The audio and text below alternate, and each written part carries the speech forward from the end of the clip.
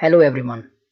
इस वीडियो में हम बात करेंगे यूएस स्टेट डिपार्टमेंट की ह्यूमन राइट्स रिपोर्ट के बारे में, जो इंडिया की journalism, freedom of speech, attack on minorities जैसे मुद्दों को एक्सपोज करती है।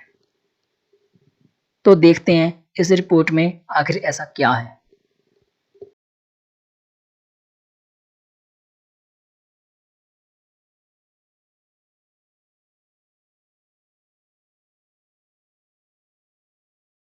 इकतीस मार्च को रिलीज हुई ये रिपोर्ट 2020 में हुए इवेंट्स और घटनाओं को लेकर बनाई गई है जो इंडिया में हुई हैं।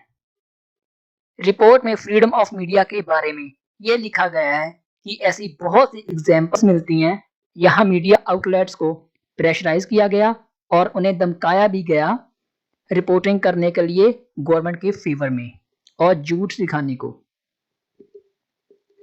और हमारे देश के मीडिया को गोदी मीडिया क्यों कहा जाता है ये तो आप सभी जानते हैं, लेकिन अब ये मैटर इंटरनेशनल हो चुका है और हमारा मीडिया झूठ की फैक्ट्री बन चुका है।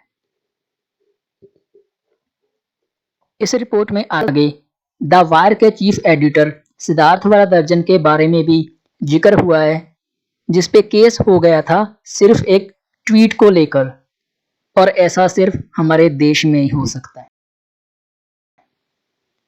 ये ट्वीट उन्होंने हरदीप सिंह के बारे में किया था, जिसकी डेथ 26 जनवरी को हुई थी, जिसमें पुलिस ने यह दावा किया था कि उसकी मौत ट्रैक्टर पे स्टंट करते हुए हुई है, लेकिन उनके परिवार वालों का अलग ही कहना था।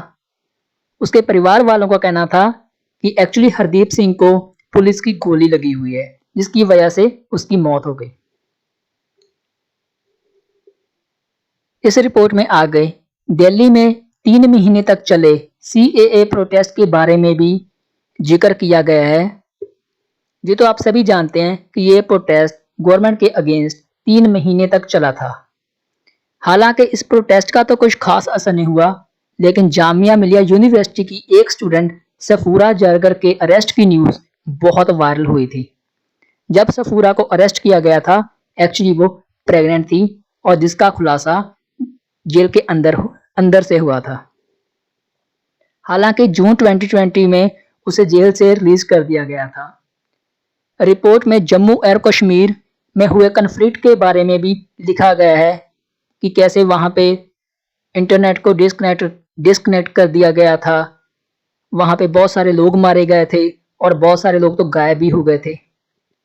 और ये तो आप जानते हैं कि इसी साल WPFI की रिपोर्ट में भी इंडियन मीडिया की फ्रीडम रैंक 142 थी, जो कि पिछले साल से भी कम है।